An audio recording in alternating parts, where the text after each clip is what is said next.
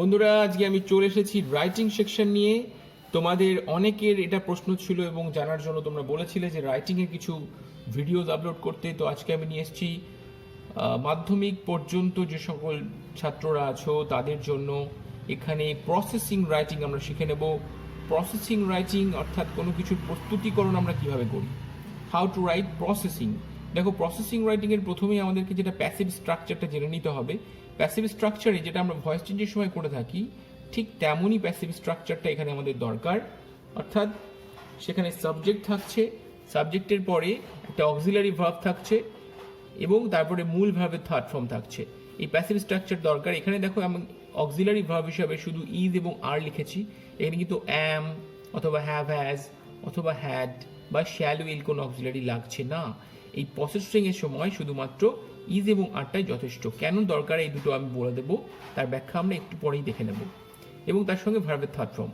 আর দরকার আমাদের কিছু লিঙ্কার্স। লিঙ্কার্স কেন? যেই সেন্টেন্সগুলো আমরা লিখবো সেই সেন্টেন্সগুলোকে কানেক্ট করার জন্য at first, now, next, after that, thereafter, finally, এইরকম আরও কিছু সেখানে আমাদের প্রয়োজন হবে। তাহলে চলো আমরা পড়ে নিই এই কোয়েশ্চেনটা কেমনভাবে আসবে। আমাদেরকে যে কোয়েশ্চেনটা দেওয়া হবে সেটা এরকম থাকবে অনেকটা, study the following outlines and describe how mango pickle is prepared. এরকম একটা কোয়েশ্চেন দেওয়া হবে। সেখানে পয়েন্ট দেওয়া থাকবে, বাইং ম্যাঙ্গোজ, শর্টিং অর্থাৎ আম কেনা, বাছাই করা, রিমুভিং রটেন ওয়ান্স, পচা আমগুলোকে সরিয়ে ফেলা, পরিষ্কার করা, ক্লিনিং, কাটিং ইনটু পিসেস, টুকরো টুকরো করে কাটা, ড্রাইং সেগুলোকে শুকনো করা, স্পাইসেস মশলা, লবণ, মাস্টার্ড অয়েল অর্থাৎ তেল, চিলি ঝাল লঙ্কা সেগুলোকে মেশানো, keeping in a big flat pot সেগুলোকে একটা ফ্ল্যাট পটে রাখা অর্থাৎ সমতল পাত্রে রাখা, ইন দ্য সান সূর্যের মধ্যে, পোরিং ইনটু জার এবং সেগুলোকে জারে ভরা। তো এরকম আমাদের কাছে কিছু পয়েন্টস আমাদেরকে দিয়ে দেওয়া হবে। এখন আমরা কি করে এই পয়েন্টসগুলোকে কাজে লাগিয়ে আমরা লিখব। তো প্রথমেই বলি, কোনো একটা রাইটিং লেখার আগে আমাদের যেটা দরকার সেটা হলো তার একটা টাইটেল বের করা। অর্থাৎ প্রতিটা রাইটিংয়ের একটা কিছু টাইটেল কিন্তু অবশ্যই থাকবে। তাহলে এখানে আমরা যখন প্রসেসিং লিখবো আমরা টাইটেল কি লিখবো, যে মেকিং ম্যাঙ্গো পিকল অর্থাৎ আমের আচার প্রস্তুতিকরণ। যারা প্রথমবার চ্যানেলটি দেখছো তাদেরকে বলবো অবশ্যই চ্যানেলটি সাবস্ক্রাইব করে রাখো যাতে পরবর্তী ভিডিওসগুলো তোমরা দেখতে পাও, এবং বেল বাটনটি প্রেস করে রাখো নোটিফিকেশন পাওয়ার জন্য। তো চলে আসি প্রসেসিং রাইটিংয়ে। Making mango pickle, making mango pickle title দিলাম। এবার আমাদের প্রসেসিংয়ের জন্য প্রথমেই যেটা মনে রাখতে হবে, আমরা যে প্রসেসিংটা লিখছি অর্থাৎ যার সম্পর্কে লিখছি সেই সম্পর্কিত কয়েকটি কথা আমাদেরকে এখানে কিন্তু অ্যাড করতে হবে। অর্থাৎ তুমি যদি পেপার তৈরি করা লেখো তাহলে পেপারের প্রয়োজনীয়তা, কেন পেপার তৈরি করা দরকার। যদি তুমি কোনো ড্রিঙ্কস তৈরি করো সেই ড্রিঙ্কের কতটা ইম্পর্টেন্স আছে, কেন আমরা পান করি, কোথায় দরকার, কারা ভালোবাসে, কে খেতে ভালোবাসে, কোন সময়, এরকম কয়েকটা লাইন, মাত্র 2 বা 3টে লাইন যথেষ্ট। পারলে তুমি 2 লাইনই লিখতে পারো, তার বেশি দরকার নেই। তাহলে ম্যাঙ্গো পিকলের আগে আমরা লিখে নেব যে ম্যাঙ্গো পিকলটা কতটা সুস্বাদু, কতটা সুন্দর খাবার। তাহলে আমরা লিখব প্রথমে যে mango pickle is A delicious food. We love to use it to enrich the taste of food. It contains vitamin C and minerals. That's all. দেখো এখানে আমি 3টে লাইন লিখেছি।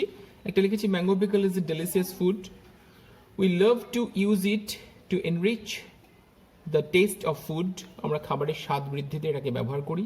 ইট contains vitamin C and minerals, এবং এর মধ্যে vitamin C এবং minerals থাকে। এবার আমাদের লেখাটা যখন এই প্রাথমিক পর্যায়ে আমাদের ভূমিকাটা দেওয়া হয়ে গেল, আমরা চলে যাব পয়েন্টসে। এবার পয়েন্টসটাকে কি করে কাজে লাগাবো, দেখো প্রথমে আছে বাইং ম্যাঙ্গোজ। বাইং ম্যাঙ্গোজ যখন রয়েছে, বাইং ম্যাঙ্গোজটা আইএনজি দিয়ে কন্টিনিউয়াস টেন্সে রয়েছে, কিন্তু এটা আমরা লিখবো কি করে? প্যাসিভ স্ট্রাকচারে লিখবো, ঠিক আমি যেটা তোমাদেরকে একটু আগে দেখিয়েছিলাম, প্যাসিভ স্ট্রাকচার দিস ইজ। তাহলে বাইং ম্যাঙ্গোজ, এখানে আমাদের সাবজেক্ট কি, কার সম্পর্কে বলা হচ্ছে? ম্যাঙ্গো সম্পর্কে বলা হচ্ছে। আর ম্যাঙ্গো যখন সিঙ্গুলার হচ্ছে তখন আমরা কি করব? ইউজ করব। আর যখন অনেকগুলো ম্যাঙ্গো হয়ে যাচ্ছে তখন আমরা আর ইউজ করব। তাহলে এখানে আমরা ম্যাঙ্গোজ প্লুরাল করব। তাহলে ফার্স্টের কাজ হলো সাবজেক্ট আমরা লিখবো ম্যাঙ্গোজ। দেখো পয়েন্টসে রয়েছে বাইং ম্যাঙ্গোজ, আমরা এবার লিখছি কি করে? অ্যাট ফার্স্ট, টু মেক, এর সঙ্গে জুড়ে দাও ম্যাঙ্গো পিকল। অ্যাট ফার্স্ট, এই লিঙ্কার্স আমরা ইউজ করছি। অ্যাট ফার্স্ট কি করব? ম্যাঙ্গোজ আর বট। তাহলে আর ম্যাঙ্গোজ, বাইং ম্যাঙ্গোজ শুধু দেওয়া রয়েছে, কিন্তু আর বট আমরা কিন্তু জানি এটা মার্কেট থেকে কেনা হয়, সুতরাং আমরা লিখে দেবো এখানে mangoes are bought from market. এটা কিন্তু তোমার পয়েন্টসে বলা থাকবে না। নেক্সট পয়েন্টস আমরা দেখে নিই। নেক্সট পয়েন্টসে বলা আছে শর্টিং, শুধু শর্টিং, এটা নেক্সট পয়েন্টে আলাদা দিয়ে দিয়েছে, শর্টিংটা শুধু একটা পয়েন্ট। তাহলে শর্টিং থেকে আমরা কি করে বানাবো সেন্টেন্স? ঠিক সেম উপায়ে আমরা যেরকম প্যাসিভ স্ট্রাকচারটা দেখেছি, তাহলে সাবজেক্ট আনতে হবে, ইজ বা আরের একটা বসাতে হবে ভার্বের থার্ড ফর্ম। তাহলে শর্টিং কি শর্ট করা হয়? নিশ্চয়ই ম্যাঙ্গোগুলোকে শর্ট করা হয়, বাছাই করা হয় কোনগুলো? ম্যাঙ্গোগুলোকে করা হয়। তাহলে শর্টিংয়ের সময় সাবজেক্টও কিন্তু আমাদের সেমই থাকছে। তাহলে আবার আমরা একটা লিঙ্কার্স ইউজ করব, যে নাও দ্য ম্যাঙ্গোজ, দেখো সাবজেক্ট বসালাম, তারপরে ইজ বারের একটা আর, এ ভার্বের থার্ড ফর্ম শর্টেড। তাহলে আমাদের পয়েন্টস কি ছিল? শুধু শর্টিং, কিন্তু আমরা কি করলাম? এই দেখো দ্য ম্যাঙ্গোজ, সাবজেক্ট, ইজ বা আরের একটা, ভার্বের থার্ড ফর্ম। তাহলে নাও এটা আমরা কোথা থেকে পেলাম? এটা কিন্তু লিঙ্কার্স হিসাবে আমরা পেয়েছি, যেটা আমি অনেকগুলো লিঙ্কার্স ব্যবহার করা যেতে হবে। At first, now, next, after that, thereafter, finally, at first, এরকম অনেকগুলো ইউজ করা যেতে পারে। অ্যাট দ্য এন্ড, এরকম করে আমরা লিঙ্কার্সগুলো ইউজ করব। এবং সেন্টেন্সটা প্রথমে সাবজেক্ট, তারপরে ইজ বা আরের একটা, ভার্বের থার্ড ফর্ম। যদি সিঙ্গুলার হয় ইজ, প্লুরাল হলে are. The mangoes are sorted. এবার চলে যাই পরের পয়েন্টে। দেখো পরের পয়েন্টে কি রয়েছে? Removing rotten ones. চলে আসি next. The rotten mangoes are removed. তাহলে পচা আমগুলোকে আলাদা করে দেওয়া হয়, রিমুভ করে দেওয়া হয়। এখানে রিমুভিং ছিল, কিন্তু আমি ইউজ করলাম কি? Removed. Rotten mangoes are removed, এইভাবে। নেক্সট পয়েন্টে দেখি ক্লিনিং, আমাকে দিয়েছে শুধু ক্লিনিং। তাহলে ক্লিনিং শুধু যখন দিয়েছে, আমরা কিন্তু এই আইএনজি ফর্মটা লিখবো না, আমরা কি লিখবো? কি ক্লিন করা হয় সেটাকে আমরা সাবজেক্ট বানাবো। তাহলে এই শর্ট করার পর যে ফ্রেশ আমগুলো পড়ে থাকলো, সেই আমগুলোকে আমরা পরিষ্কার করি, তাই না? তাহলে আমরা রটেনগুলো যখন বাদ দিয়ে দিয়েছি, যে আমটা পড়ে রয়েছে সেটাকে আমরা কি বলতে পারি? Fresh mangoes. তাহলে আমরা এখানে সাবজেক্ট হিসেবে কি করব? Now the fresh mangoes, subject বানিয়ে ফেলেছি ফ্রেশ ম্যাঙ্গোজ। এবার দেখো অনেকগুলো আছে আম, now the fresh mangoes are, তাহলে আমরা ক্লিনড, ভার্বের থার্ড ফর্ম ইউজ করব। Now the fresh mangoes are cleaned, হয়ে গেল। এবার পরের পয়েন্টে চলে আসি আবার। দেখো নেক্সট পয়েন্টে বলেছে কাটিং ইনটু পিসেস। এবার কি যে কাটিং ইনটু পিসেস, আমরা কোনটাকে কাটছি? যে পরিষ্কার করা আমগুলো আমরা পেলাম সেগুলোকে আমরা কাটছি। তাহলে এখন আমাদের সাবজেক্ট কোনগুলো হবে? যে পরিষ্কার করা আমগুলো। তাহলে নাও বা নেক্সট বা thereafter the cleaned mangoes are, দেখো ক্লিন ম্যাঙ্গোজ অনেকগুলো ছিল, অনেকগুলো বলে আর। এবার কাটের থার্ড ফর্ম কাট। তাহলে থার্ড ফর্মই আমরা ইউজ করছি, কাট ইনটু পিসেস। ক্লিন ম্যাঙ্গোজ আর কাট ইনটু পিসেস। নেক্সট পয়েন্ট কি রয়েছে? ড্রয়িং, এই ড্রয়িংটা আমরা কি করব, এই টুকরো আমগুলোকে শুকানো হয়। আমরা কি আস্ত আমটাকে শুকাই না, আমরা যে কেটে ফিরে আমটা সেটাকে শুকাই। তাহলে এবার আমাদের সাবজেক্ট কি হলো, নাও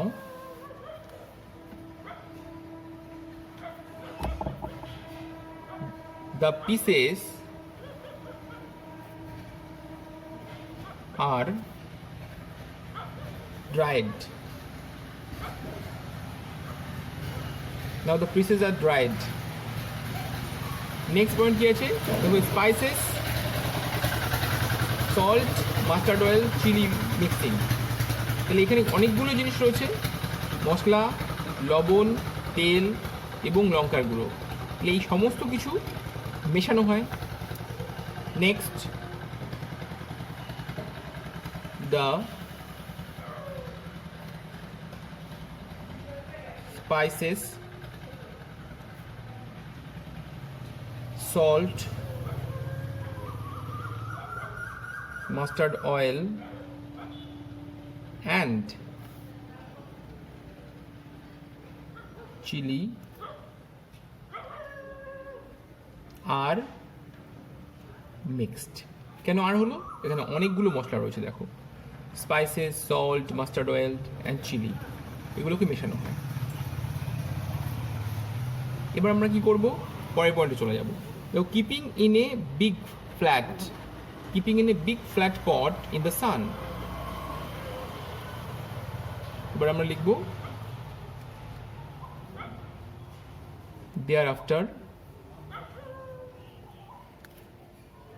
the mixture। এবার আমাদের সাবজেক্ট কিন্তু হলো মিক্সচার। কেন আমরা মিশিয়েছি অনেক কিছু, the mixture is kept in a big flat pot in the sun for a few days। এটা নিজের থেকে তুমি লিখতে পারো, কিছু দিনের জন্য সেটাকে সরানো হয়। শেষ point, pouring into jar. Finally, এবার আমরা লিখবো অবশেষে, ফাইনালি দ্য পিকল। এবার কিন্তু আমরা পিকল পেয়ে গেছি। The pickle is poured into jar. তো এইভাবে আমরা প্রসেসিং লিখছি। দেখো প্রত্যেকটা ক্ষেত্রেই আমরা কি করেছি, সাবজেক্ট এনেছি, ইজ বা আর যুক্ত করেছি, ভার্বের থার্ড ফর্ম করেছি প্রত্যেকটা ক্ষেত্রে। তো তোমাকে এটা মাথায় রাখতে হবে। এই ব্যাপারটা যদি প্যাসিভ স্ট্রাকচারটা বুঝে যাও, এবার কেন এটা ইউজ করছি সেটা শুনে নাও।